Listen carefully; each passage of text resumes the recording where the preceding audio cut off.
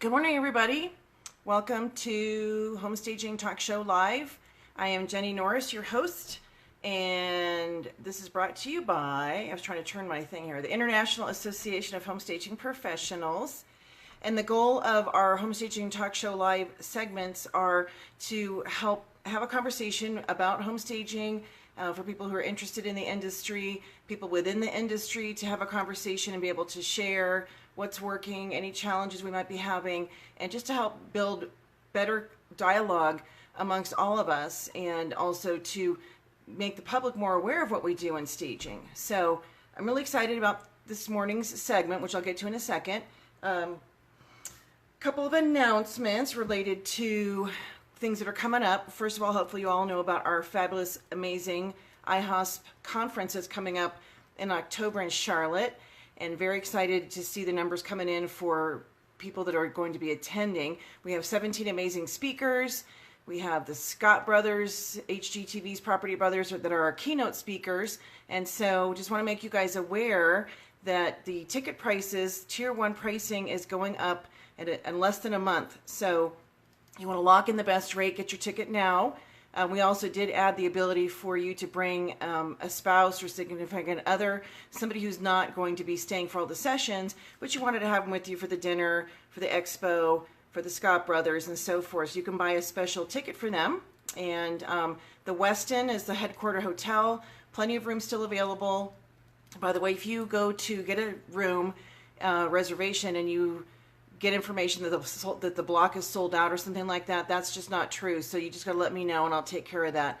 But I was super excited to be going to the beautiful hotel in downtown Charlotte, the Westin. Next week, our guest for the show will be Scott Hansen, and he's our business keynote speaker, which we're really excited about. And a couple of other things that we have going on related to recognition and so forth. We have the Best of IHOSP Awards. So these are just industry awards. Anybody can win them. You can nominate yourself or somebody else. There's 3 different categories: staging excellence, customer service, and industry leadership. Because there are other groups, not really a group, like House, for example, just name it. They'd have like Best of House for recognizing these different categories. And I thought, well, they're a great website, and a lot of designers and so forth use them, but we don't have something that's staging specific. So I thought Best of IHOSP actually recognizes people within the industry for home staging services and so forth, and then you'll get a special award banner that you can put on your website, your marketing materials and so forth, and let people know that you are the best of in the industry. And so you can go ahead and submit information for the Best of IHOSP Awards. Those will be completed as of the end of June. You need to submit, and then we'll be sending out all the award winners and so forth in the middle of July. And then the other awards, which is of course our IHOSP Conference Awards, so the Home Staging Industry Awards. IHOSP does recognize people in the industry at our event, and they're under specific categories such as Best Vacant Staging, Best Occupied Staging, Best Individual, Best Team, Rising Star for somebody who's been at this about a year or so and is really doing great, Top IHOSP Chapter, and then there'll be somebody that wins the Barb Schwartz Staging Excellence Award, which is always a great honor every year to be able to give that to a deserving individual. So those are 2 separate categories. I don't want you guys to get confused. Best of IHOSP recognizes people in the industry in those 3 categories, and the goal is to be able to have industry members let their potential clients and existing clients know that you are the best of something in a category, and you can be best of in all 3 categories should you qualify. So you just need to submit your information. And then the IHOSP Conference Awards, you do need to turn those in. We'll be sending out the deadline. It's not for several months, so you have some time, and we do need to have the information you're going to turn in reviewed and so forth. So just keep in mind that those are going on right now, and toot your own horn. As I said last week, if you don't toot your own horn, you're going to remain in a state of untootedness. So make sure that you get the recognition that you deserve, because when you have things like that on your websites and marketing materials, and you're being compared to other people that may also have recognition, you want to have recognition as well. So who better than to do that than an industry association with members all over the world. And you don't have to be a member of IHOSP in order to win these awards, by the way. It goes open to anybody. And even the conference awards, we would love for you to be attending in order to recognize you. But even last year we had a couple of people we recognized that didn't actually attend the event, but did get submitted. So, all right, that is it for the general announcements. So today we are going to talk all about numbers. And I'm really excited because Melissa Marro, who's with Rave Staging and Design, and she's also coming to conference, and she is one of our gold sponsors. So thank you, Melissa, in advance for supporting our event and supporting the association and being a sponsor. And she will also be part of the advanced stager training that is happening on Sunday following the conference. And so she will be there with me, Joanne Leonard-Weary, and Jana Usselton for the advanced stager training. And that's for people that have six-figure businesses or above and want to have some in-depth learning on taking your business to the next level and more of a workshop setting. So it'll be a full day. So again, Melissa will be part of that. All right. So today we're going to talk about numbers and knowing your statistics and your data for your business, what numbers you can be tracking, what that can mean for you, how you can translate that into either promoting yourself for marketing purposes or just business planning and growth purposes, because both are super important. And so without further ado, I'm going to see if I can get Melissa in on here. All right. Add. All right. Melissa. All right. Please don't do this to me today, Facebook. Approve. Okay. I was trying to connect you, Melissa. I see your little picture up there. But nothing's happening. We did this like in 1 second yesterday when we did the tech test. So you may have to refresh, Melissa, you may have to refresh your settings or something to come in. Because I see like a little teeny, I see your little teeny circle with your face in it, but nothing's happening like connection-wise. So, if you want to write me a message, Melissa, I'll see it come up here because I saw you were there. So I'll just keep talking when it comes to numbers and so forth. I know you're here. You may have to refresh because it shows you trying to be added, and I'm adding you from Facebook. You got to love Facebook here, right? I'm adding you, and then nothing's happening. So it's not adding or connecting like it did yesterday. So you may have to exit the application and then come back on. So once you do that, and we'll see if we can't get you on. So with numbers, statistics, data, it's important that we are tracking our activity. So for example, one of the things that you need to be asking yourself for business purposes is how many projects do you need each year in order to hit your financial goal? And I guess that first question is, what is your financial goal? What is your business goal for your business? Because you can break it down into little pieces and then apply that. You can look at it annually, you can look at it quarterly, you can look at it monthly, and then weekly in order to hit your goal. So let's say that you have last year that you ran. Hi, Melissa. Good morning. Hi. Good morning. Work. After for me. It worked so well last night. I was like, are you kidding me? Just like every week. Lisa's not going to fly off the stand this week because I switched out the little holder, so it does have the little rubber thing on the bottom because it flew off. My phone flew out of my holder twice last week, which was sort of funny. Well, everybody, this is Melissa. So welcome, Melissa. Thank you for joining us. Thanks. So tell everybody, where you live and just a little bit about your background. Sure. So I live in Jacksonville, Florida. I've been a stager for about 14 years. I've been in Florida for right around 5 years now. I had a business in Charleston, South Carolina, which I sold to my then business partner when I moved down here. We had a great business there, but my husband was offered a job opportunity that he couldn't say no to at the time. And so we moved down. It's funny because I had planned on when I got out, I probably wouldn't get back in because the idea of starting over seemed so daunting when you come from having a big company. And then, because we were mid six figures then, operating in the mid six figures. And when I walked into Home Goods, I'm like, oh no, I missed this. I'm back. And but left with a truck full, a trunk full of stuff, and just started marketing myself right away and got back into business. And now, here we are, a little less than 5 years of restarting, and our goal is to hit 1.25 this year. So that's awesome. Yeah, I know starting over, we moved from the Sacramento area in 2009 to Denver, so had to do the same thing and shut down, start over. And it is hard, especially when I got started, probably like you in Charleston, you were probably one of the first ones 14 years ago. yeah, absolutely. And I was the first one in Sacramento, but then when we moved to Denver, and I don't know about Jacksonville's market, but I wasn't the first. So, you have to market yourself differently because there's already people in business and it's just a different process. But kudos to you for less than 5 years till they get into a 7-figure business. So she knows what she's talking about, people that are watching. So take notes.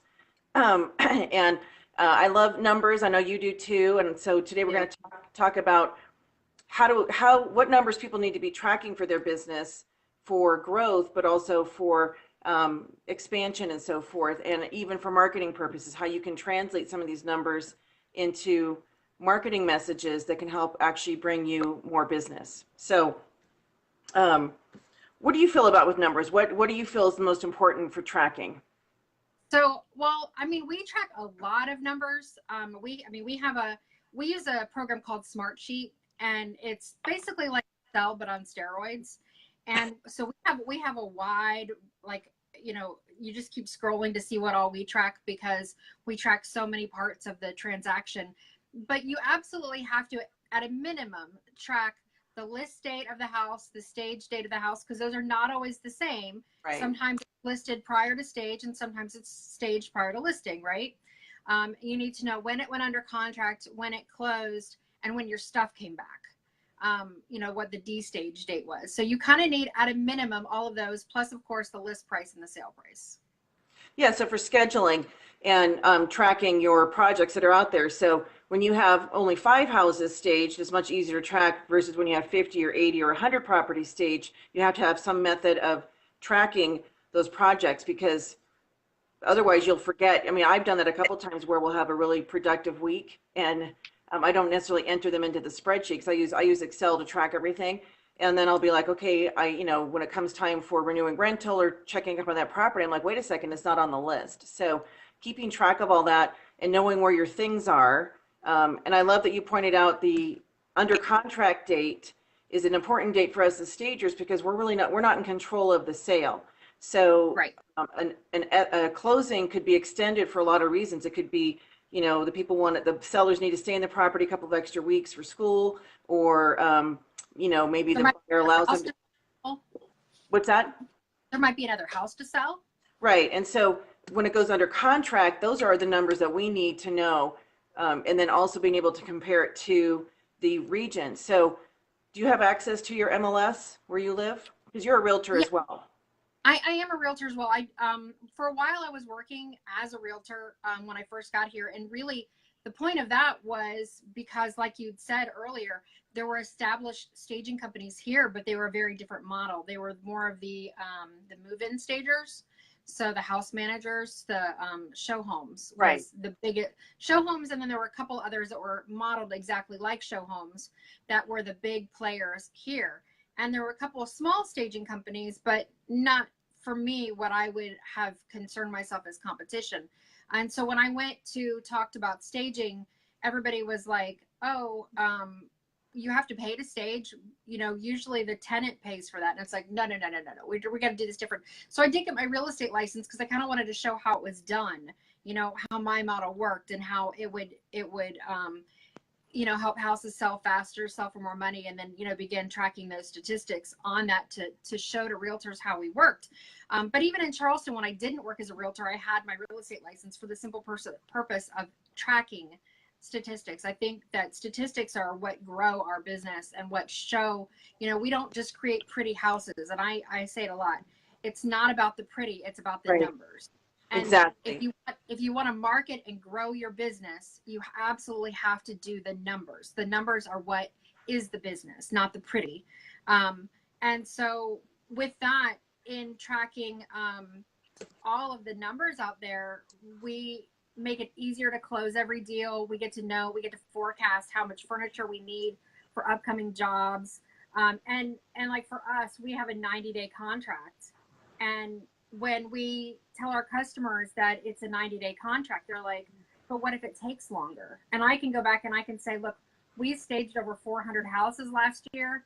And with over 400 houses in all variety of price points, our average from the date the furniture left our warehouse until it came back, which is typically list to close, because we don't destage it until a couple of days before closing, was 59 days. So while 90 days seems like it's not very much time to you, what we know is the reality is we're giving you 30 days more than you need. Right.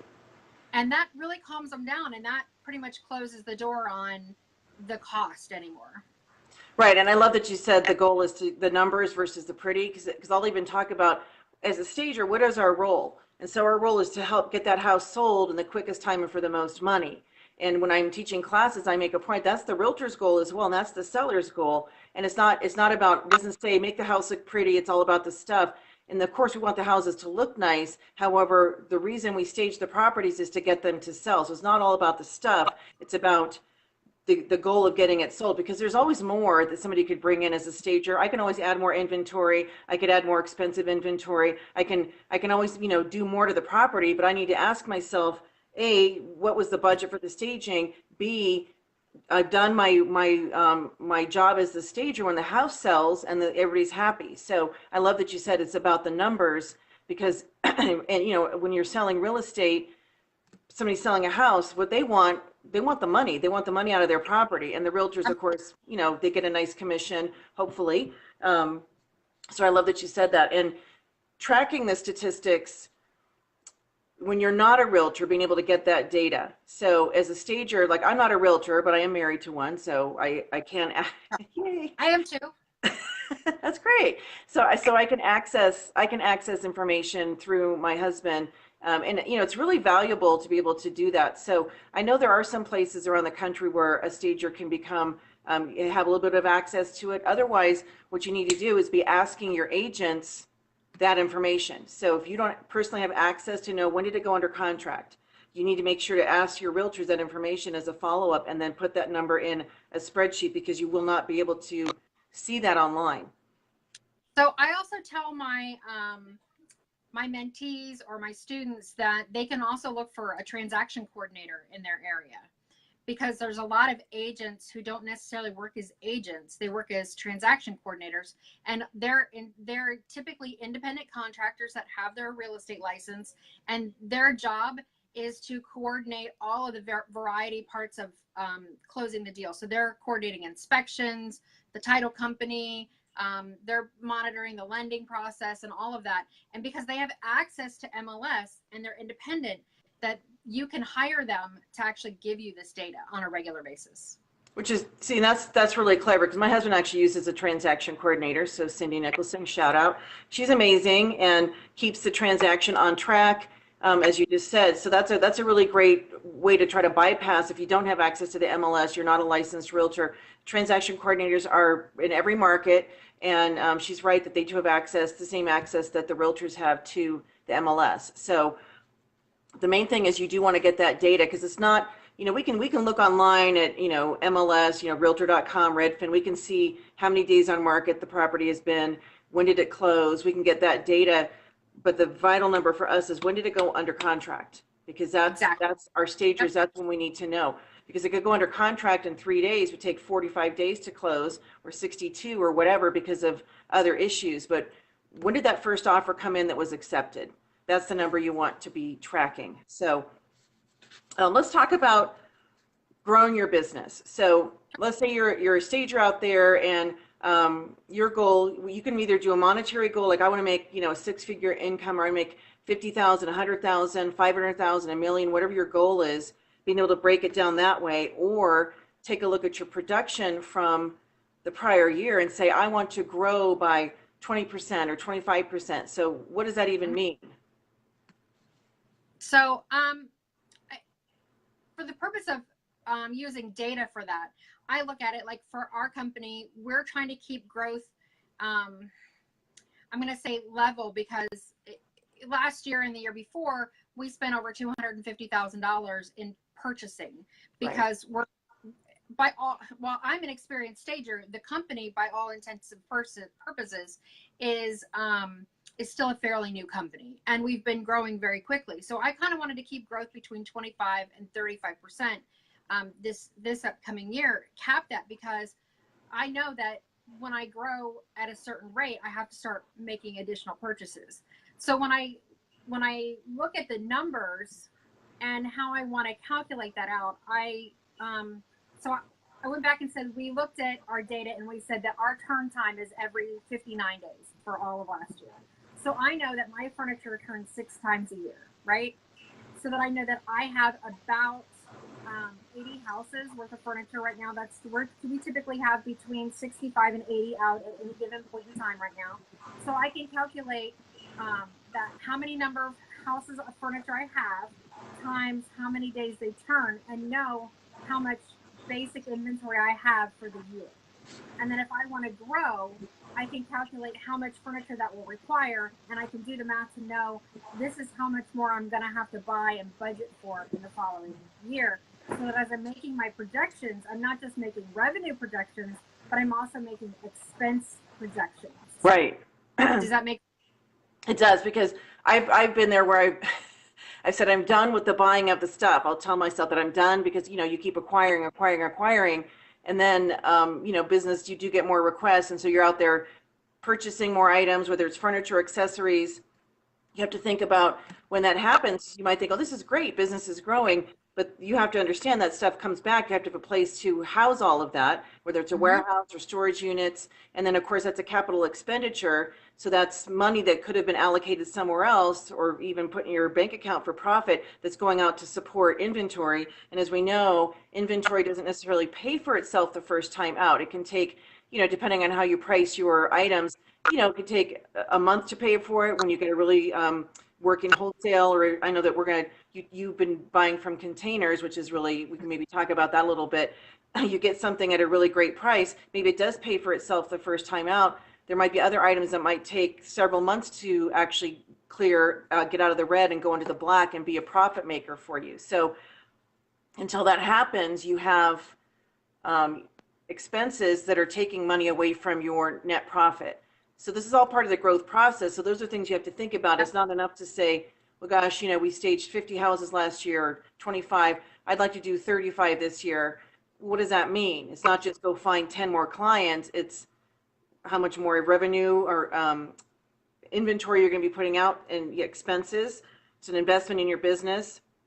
Do you need to add storage? Warehouse space? Does it require more manpower? So those are all factors to think about. I also am able to use those same statistics to determine when my profitability comes on that furniture.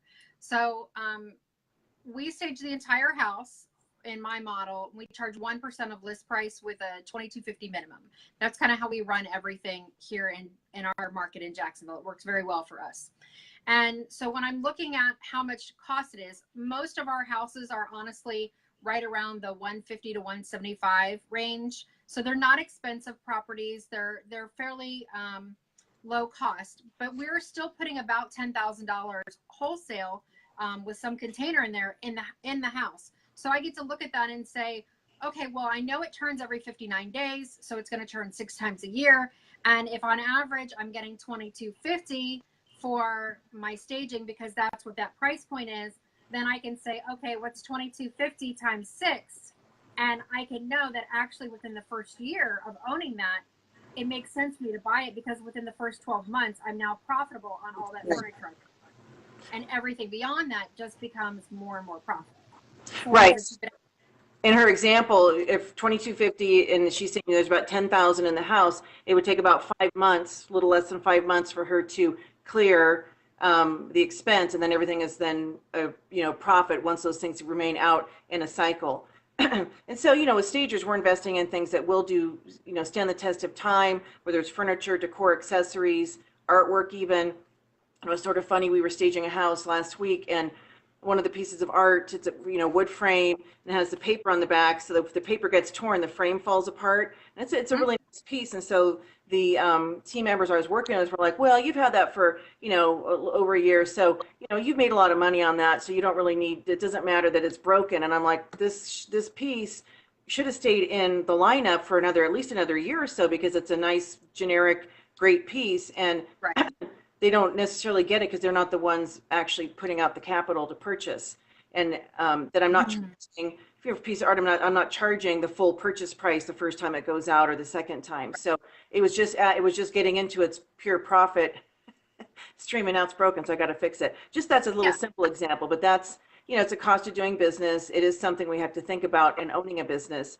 And so let's say somebody is they've had their business, they're kind of plateaued. Let's say that they've done the same number of projects. And by the way, those of you watching, do you know how many vacant properties you've staged? Do you know how many occupied stagings you did? Do you know how many consultations you've done? And so you want to be tracking those numbers. So I know in my business, we have a 55%, roughly 55, 60% vacant, 40, 45% occupied or consultations. And so at the end of the year, I'll go back and I'll look and see just exactly how many of each type of project we did. And then I can actually share that. I'll promote that as a marketing piece, but I got to know my numbers. And so I track it I have Google Calendar on my phone, Mhm. color code everything. And so I can Yep. go and look Yeah. every week, like, oranges are D stages, purples are stagings, and so forth. I can just count them up really fast and get my numbers. So you all want to be doing that because otherwise, how do you know what your business is even doing? How do you know what your percentages are? Some people want to have a 50-50 business. Some people just want to focus on vacants. They don't want to do consultations. There's stagers that like to do consultations over vacants, but you have to know your numbers so that when you say, okay, I want to increase my revenue, I want to increase my business, you have to know what will that mean? Do I need to add 10 more vacants? Do I need to add 40 more consultations? What does that mean? Well, it's always so we use Google Calendar also. We don't do very many occupied properties. We more or less specialize in vacants. We'll do a consultation here or there, and actually this week we did do an occupied staging, but we don't separate them too much because we don't really do hardly any. But we do color code everything else on there. So green is our color for staging because it's what makes us money, right? We do yellow for D stages, and then each member of our team, because we have multiple stagers on staff and movers and photographers and all that, everybody individually then has their own color code too. So we can immediately look at the calendar and know who the job is assigned to, and if it's a job that's making us money or not. And the nice thing about that is when we're looking at the calendar and we just look at, for us, how many yellows to greens, because yellow is something that it's part of the job we have to do. We have to take the furniture out, right? And that's calculated as part of our cost, but the green is what makes us money. So when we're looking at it, we're really looking, for a weekly snapshot at anytime we open the calendar of how much green do we have on there compared to everything else, because the green is what makes us money. Right. And we can just count how many greens we have for the week, or just look and see what's overwhelming in the calendar and kind of be able to sort of base our profitability for the month on that. But I mean, we still have to know, what did we do last year, what do we do this, what's our goal for this year, and how many do we have to do per week, per month, all of the cycles out to hit those goals. And for us, we track, while we charge based off of the dollars per square foot, we track how large the house is, because we want to also pay attention to, at the end of the month, did our pricing go up or down?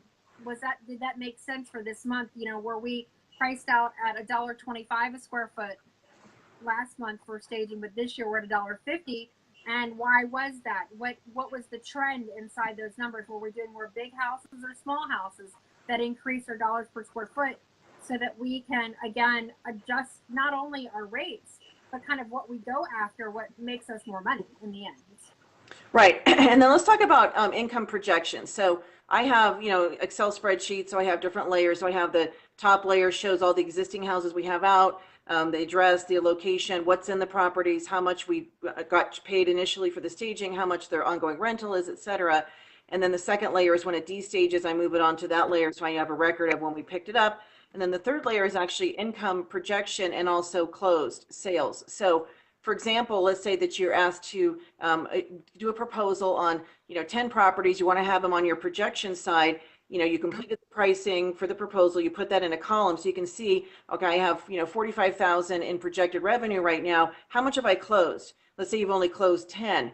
Well, we're already halfway through the month. What's going on with those other, projects that aren't committed yet? So it becomes, you're in the sales mode you're in the sales mode of closing sales, which is important. So being able to then take a look at the end of the month, what I'll do is, so we'll have all projected, some of those projects will move into the following month because they're, and then I'll do the final number for the month. So I know how much revenue came in for new projects for any given month. And I've been doing this, I don't know, 6 or 7 years. So I can actually go back and look to see exactly how the company has grown just by looking at these different numbers monthly. The other good part of that is, you can see what are your best months, right? So you can see, okay, Yep. March is a great month or April's a great month. Last year was sort of weird. December, which the year before in 2016 was a really good month. 2017 was an odd month. We had, inventory rental out there and we had pickups, but not a lot of installs.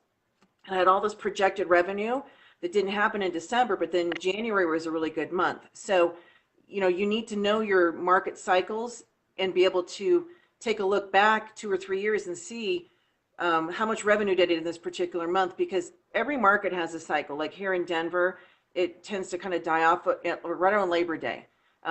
Everything goes quiet for like 2 weeks.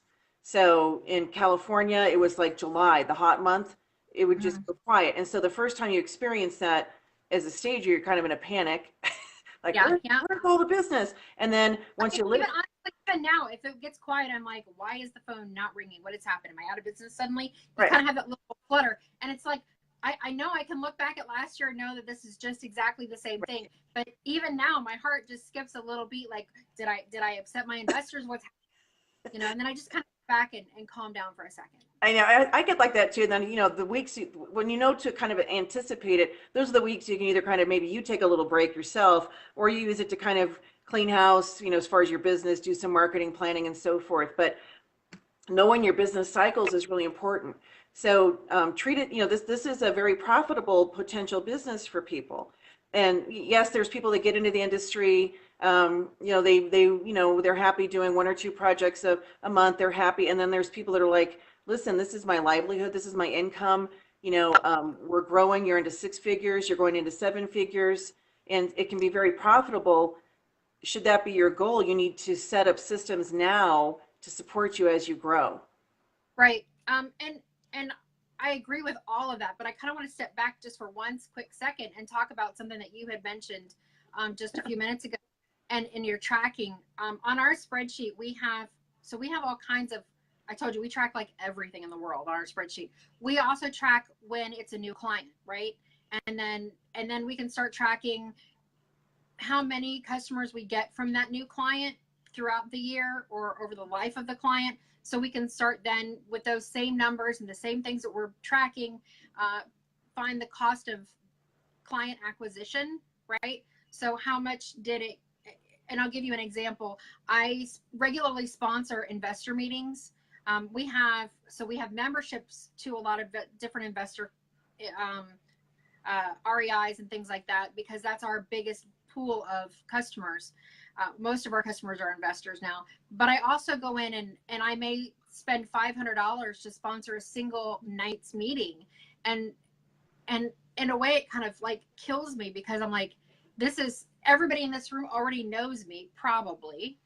But because I've been around and I work in those circles, and I stage for some of the biggest investors in the area, but I'll spend the $500.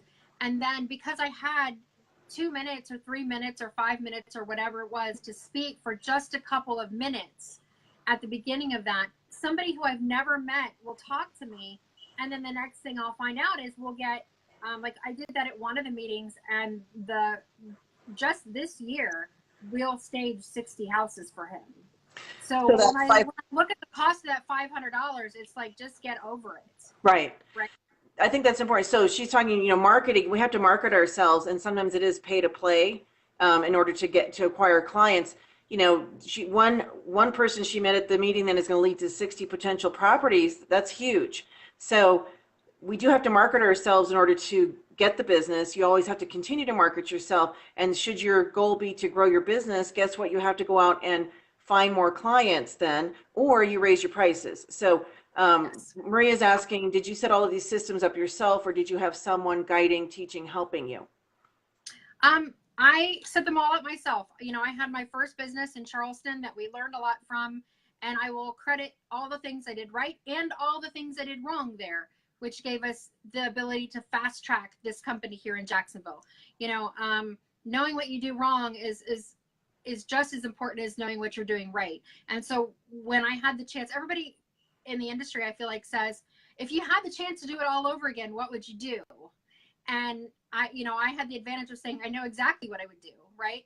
And I did it. And then even from now, if I were doing it all over again, there are still other things I'd streamline. But I found that over time, I just kept adding columns and adding columns. And as I didn't know an answer to a question that somebody, as you get bigger, the questions people ask you in the business world change. And I didn't know the answer. I only have a high school diploma. I've never been, the only time I've ever set foot in college was with my kids. So I am completely self-taught in every area of business, finance, and staging, and all of that. So I just listen a lot. I read a lot. I pay attention. I listen to podcasts, webinars, whatever I can get my hands on. It's my goal to spend at least 5 to 10 hours a week learning and educating myself so I can have a better business as I move on. But the other thing is just paying attention to what you don't know how to answer, and then start tracking things so you can figure it out. Go research how to answer that question, and then find out what you have to draw on and pull out. And we were in a position for a little while in our company where we found that over 30% of our business, I mean, we were at year 2.5 maybe, and 30% of our business was coming from one singular customer. And part of us said, that's amazing and that's awesome. And when we decided to take on an investor to help us grow, my husband's like, look, why do you need to grow? Why don't you just keep focusing on this customer and you'll be highly profitable? And my answer to him was, well, what happens when that customer decides to stop flipping houses? Right. Like, I'm out of business. I mean, 30% is a huge chunk of revenue.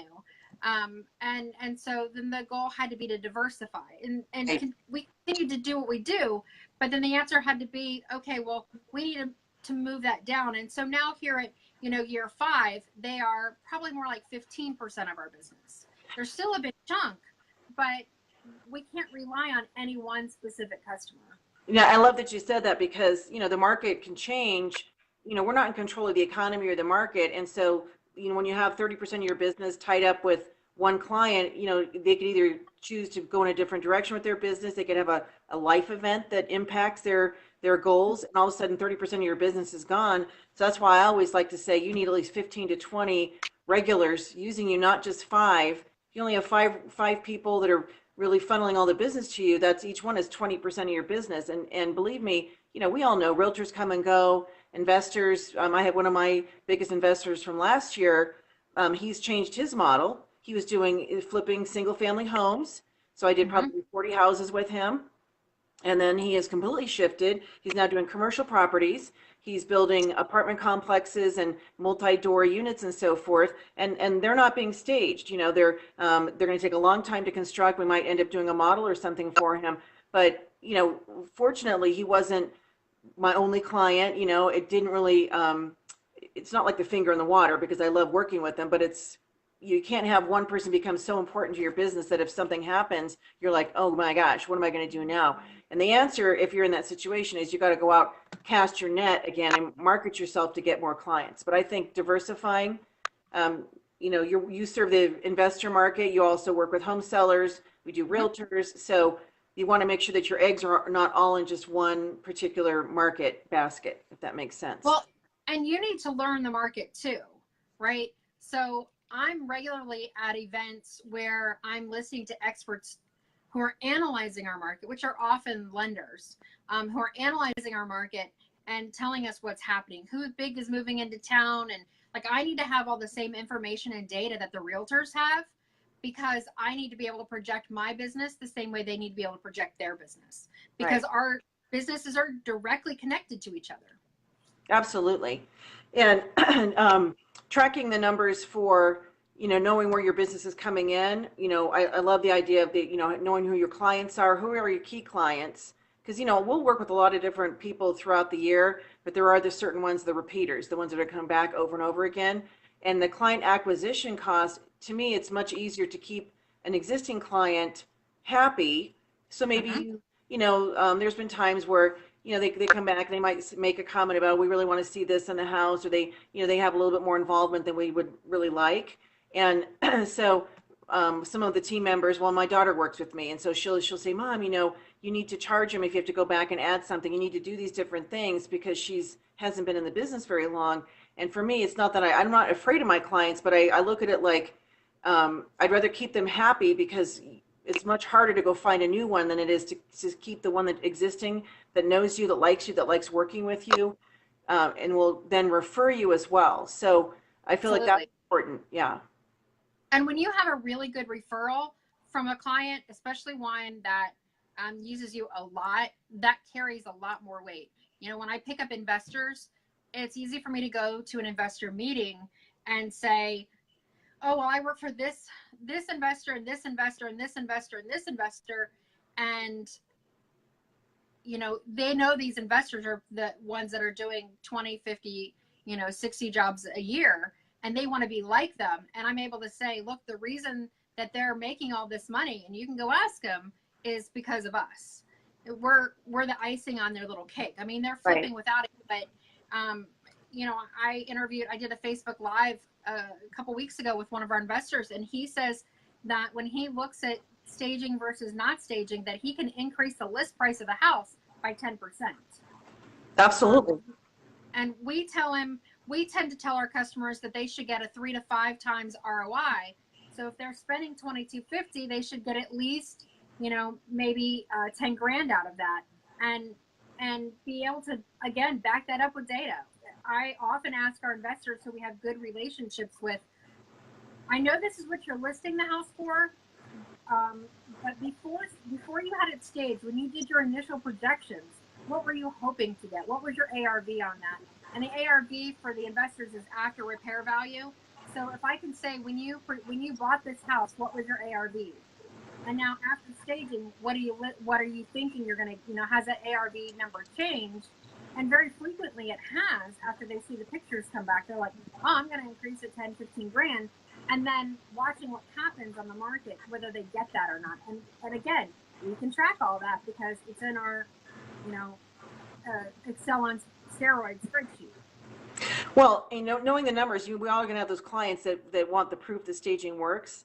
So there's, for example, the profile of home staging that NAR put out, and that when you look through it, it's very thorough, and it has bar graphs and pie charts and so forth. And they say, nearly 50% of buyers are willing to pay more. They give all the statistics as far as, increased dollar amounts anywhere from 1 to I think 20% more for a property that's staged. And so you need to know your numbers for your market, because that was national. So you need to know when because we'll have realtors say, when you stage your house, we're going to list it at this price. Should you not decide to stage, we're going to start down here. What do you want to do? And they're already giving up 25,000 in potential profit.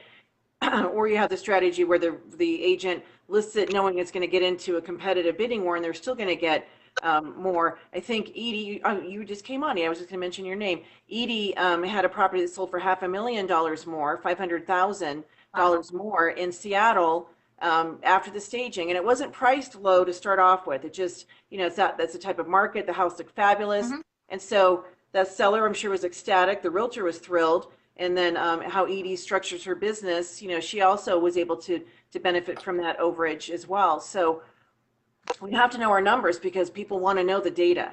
It's not enough to say that we're going to make your house look really pretty. They want to know, what's the return on investment for my money? Is this going to work? And of course, we can't make any 100% guarantees. All we can lean on is the data. So you have to be tracking your data. It's super important. You need to be tracking your successes, as Melissa's been sharing. Let's I talk a can little. guarantee I can guarantee that if you're not tracking your data, your business is not where it should be.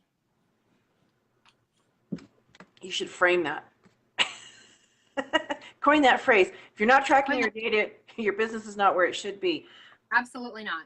So One of my listen. customers loves to say that we can't fix what we can't measure, right? So if we don't know what's happening, we can't figure out how to fix it. Well, it's almost like having your head in the sand. You know, people that don't really want to know the numbers. Then how do you, like you said, you have to know where you may have made some wrong decisions, so you can correct it. Because there's that old saying, you know, if you don't know history, if you don't pay attention to it, you're bound to repeat it, right? So if you don't understand, you know, maybe challenges you've had in your business and how that might have negatively impacted, and one of them is not tracking numbers, not knowing your data, you're going to be bound to repeat. And how do you know how much you want to grow or need to grow when you don't even know where you are? So you have to have, you know, start today. If you haven't already been doing this, get a baseline for your business. You have to know what your revenue is. Let's say that you do want to increase 20%. Let's say you go, I want to grow my revenue 20%. Well, you can add 20% more projects based on the revenue you brought in last year, the same type of projects. You could also raise your fees. Let's say you raise prices 10%. That's not really that much to a client. To us, that would then add another 20. That would give you, let's say your business was 200,000, that would give you 20,000 more in revenue year over last, just by simply raising your prices. And so it's always an art and a science with pricing, you know. Well, and actually, you might make more money that way than by doing 20% more work. Because right. if you look at your data and realize that you're going to have to spend X amount in furniture, right, or warehousing, whatever, because of that growth, then, you know, if it means you got to buy 10 more houses of furniture, then you're probably better off increasing your prices. Right. So Edie says she just had a Rambo close for 225,000 over list. Great job, Edie. The other thing she's also saying, which is very true, you can target a different market. So let's say that your specialty is in, you know, the median price or the average price properties in your market, and you say, I want to increase revenue. Well, you could go after larger properties, luxury properties. However, as Melissa just said, that does require a different type of investment. They take longer to stage. They take a different type of inventory product and so forth. Yes, you can charge more. So you would want to approach anything like that by taking a look at the numbers. And so we did about 400 properties last year here in Denver. And of that, I think it was like 125 were consultations and the rest were vacant properties. And so, you know, our sweet spot is the kind of the average properties. We do high end, but, you know, we can crank out some of these properties. We can do multiple 2 or 3 properties a day sometimes, and when the market's really hopping. And when you take a look at the net profit, you also want to look at what were my costs associated with those stagings. What did I have to pay for team members with labor and so forth? And then analyze that versus maybe a higher end project you might want to go after. Are you really going to make more money doing the higher end? You might get paid more up front, but your costs might actually be more and you're netting less than staying in your other area. So those are all things you have to think about. Yep. We find in our market, like our sweet spot is that under 200, under 225, where we're actually getting paid our minimum, not our 1%, because actually then we're at a higher percentage rate, right? We're higher than 1%. Right. But also they turn so fast. I mean, they're selling in hours, you know, or multiple offers in days, and they're coming back faster. And we have a 3-month contract. So if we get it back in, you know, 30 days or 45 days, we're still paid exactly the same. Whereas in these bigger houses, if they take 30 days and then 45 days to close, it may stay in there the whole time. And we're getting paid 1% versus the little bit higher rate at $22.50 that we were cranking out. And so when, again, by tracking all the numbers don't lie to you. The numbers will tell you everything you need to know about your business. You just have to be willing to sit down and pay attention to them. And understanding what they mean to you in the end. Right. And so let's say you're not a numbers person, because, you know, I think you and I are probably fairly similar as far as our skill sets and temperaments. You know, I self-taught myself all the spreadsheets. I go and I'm like, what does this application do, or these new marketing things that come out? I'm like, okay, how does it work? And I learn it.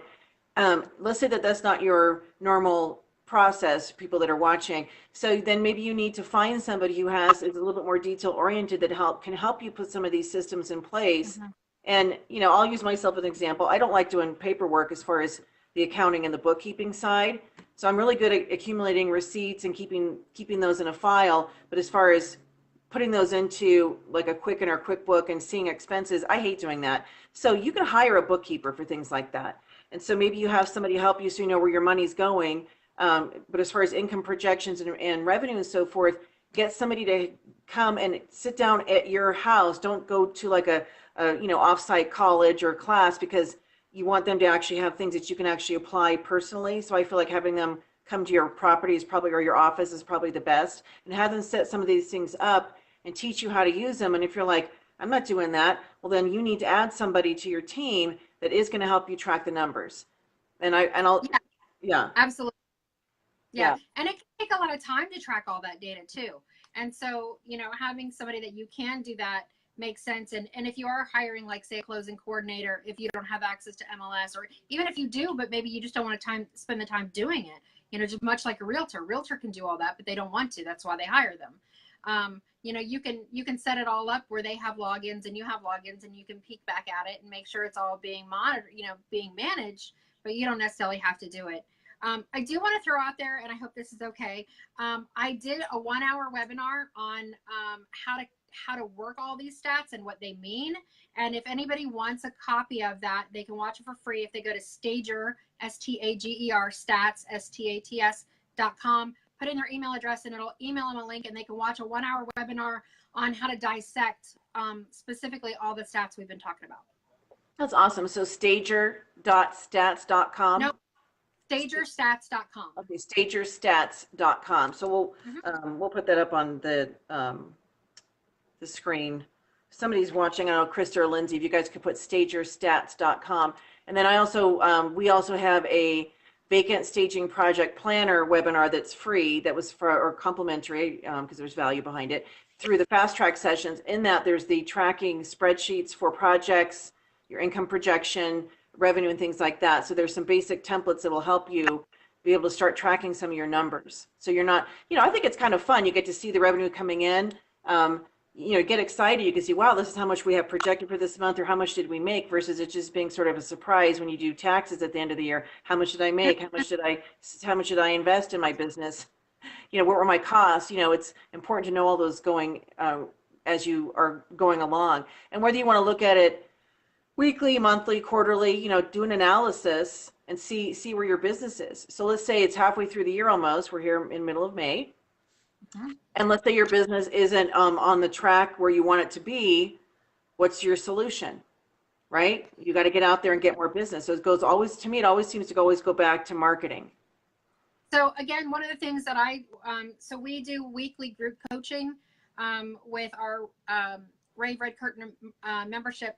And one of the things that I give those people who are with that program is a productivity spreadsheet, and they turn it in to me every week. I mean, it's up to them if they want to or not. And I'll look at it and compare it to last week and over time. I have a folder for each of the members who participate with it. But we get to look at actually what time they're spending and whether they're meeting their goals on profit producing activities. I find that so many stagers are busy doing busy work, and they're like, oh, I'm working on my business this week, I'm doing this, I'm doing that. And then we actually look at the productivity report, and it tells a completely different story. And so again, the data doesn't lie. It keeps you focused. And we monitor it weekly, because we want to be sure that if you have waited 6 months, you'll never hit that goal, right? You have to monitor it in small increments. One of my favorite sayings from Tony Robbins, because I'm a big Tony Robbins fan, is he always says, we dramatically underestimate our capabilities over long periods of time, but we dramatically overestimate our abilities in a very short period of time. And so by keeping track on a weekly basis in actual data forms, we're finding that they're able to really focus on what activities are making them money and be able to discard the things that aren't making them money. Right. So you talk about, because we'll even in our classes, we'll talk about getting rid of the word busy, because busy is like a gerbil and a gerbil, or hamster and a hamster wheel, just you're running around. And there is busy work, organizing your office, maybe you're filing, when you're out looking at, trends and in home goods or wherever, that's not bringing you clients. And so a Right. business coach will tell you, you need to be productive. So there needs to be something that actually lead generation, something that's going to produce results. And a lot of business coaches will say, 20 to 30% of your daily activity needs to be in the production mode, lead generation. And so, you need to be figuring that out. What is that going to be? Well, that's talking to clients, it's marketing, it's actually having conversations that are going to lead to opportunities for the business, and then closing the sales. I think there's a lot of people that could even be a whole nother session Uh, about I love closing sales. that. Yeah. Yeah, absolutely. I love that topic. Yeah, because we might be great at staging, but there's not a lot of people that are in natural marketers. You have to learn how to do that, and then you got to ask for the business. You have to, negotiate. That's half the fun. Is you talk to the client. Of course, maybe they want a little something or whatever, but that's the whole closing the sale is super important. So I love that you said that, because there are a lot of people that feel like I've done so much in my business, but where was the effort? Was it in actual lead generation and building your business as far as bringing new clients in, or was it Yeah. other stuff that just sucked your time? And then when you're able to identify that, so I'm going to have you say your rave class, your business coaching again. You can share what that is. When you have someone helping you stay on track, accountability is very important, because we can hide when it's just ourselves. When we're accountable to somebody else, whether it's a business coach, a colleague, a business partner, whoever, she said the numbers don't lie. You can't hide. And somebody that takes all this time, I'm going to use the word spend on purpose versus invest. You spend Mhm. time, which to me is you're kind of wasting time doing things that aren't leading to business. What's going to happen is, you're going to see that in your bank account. You're not going to have revenue coming in. Then that leads to discouragement, and I think a lot of people leave the business because, well, I wasn't making any money. There was no business for me. Well, how did you strategically approach getting business, and what did you do every day in your business to build it? So talk again about your rave, because you are a gold sponsor for our conference. I want people to know who you are, the company, and what you are offering. Yeah. So if you go to stagingandredesign.com, there's a tab on there, and it's a mastermind group, and you can join it. It's $49 a month. It's very reasonable, and I do live weekly coaching on Mondays at noon Eastern Standard Time, and then I record it and post the audio in a blog with what we covered and any links that are pertinent to that afterwards. So even if you can't attend, you can listen to the live call. But it's driven by everybody's unique business opportunities.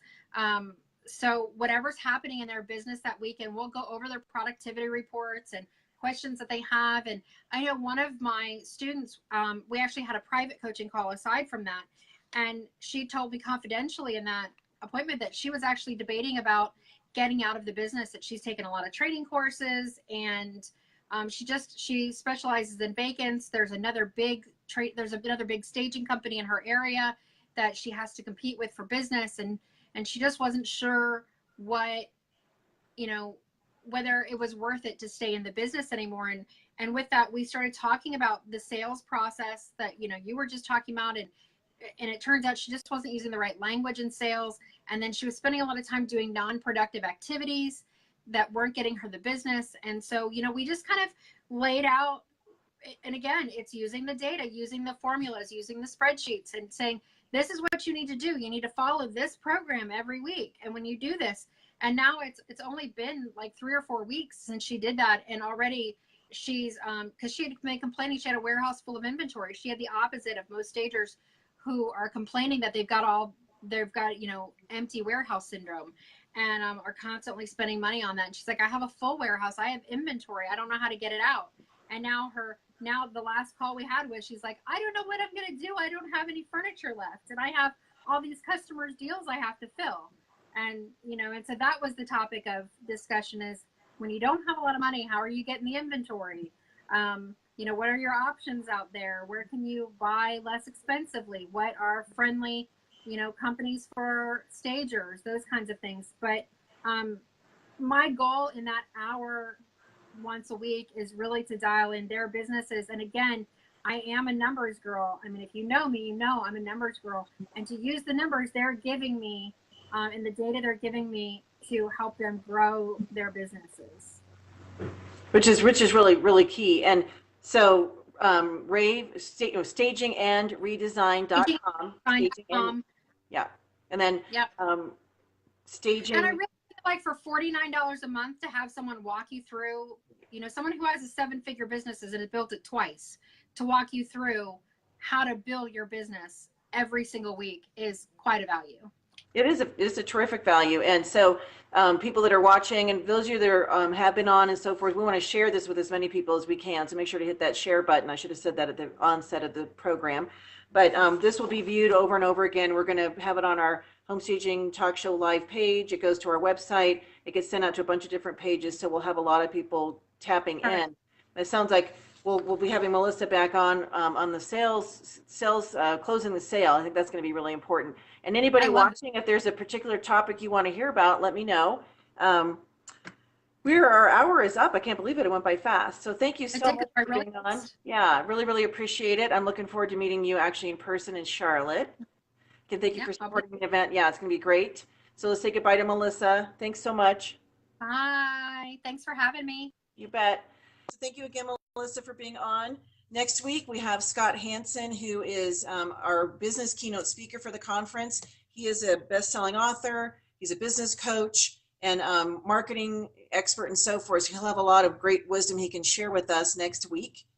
The following week, we will be doing a session on remodeling and incorporating these different services into your staging business. So if you would like to be part of that segment, let me know. I do have one guest speaker already who proposed the topic, which I think is excellent. We'll talk about how you, as a stager, been able to incorporate some of these other aspects into your business that can then be folded into even working with investors or sellers or whoever. So thank you so much, everybody. Have a great rest of your week, and we'll see you again here, Home Staging Talk Show Live, next Wednesday, 9:30 a.m. Mountain Standard Time. Bye, everybody.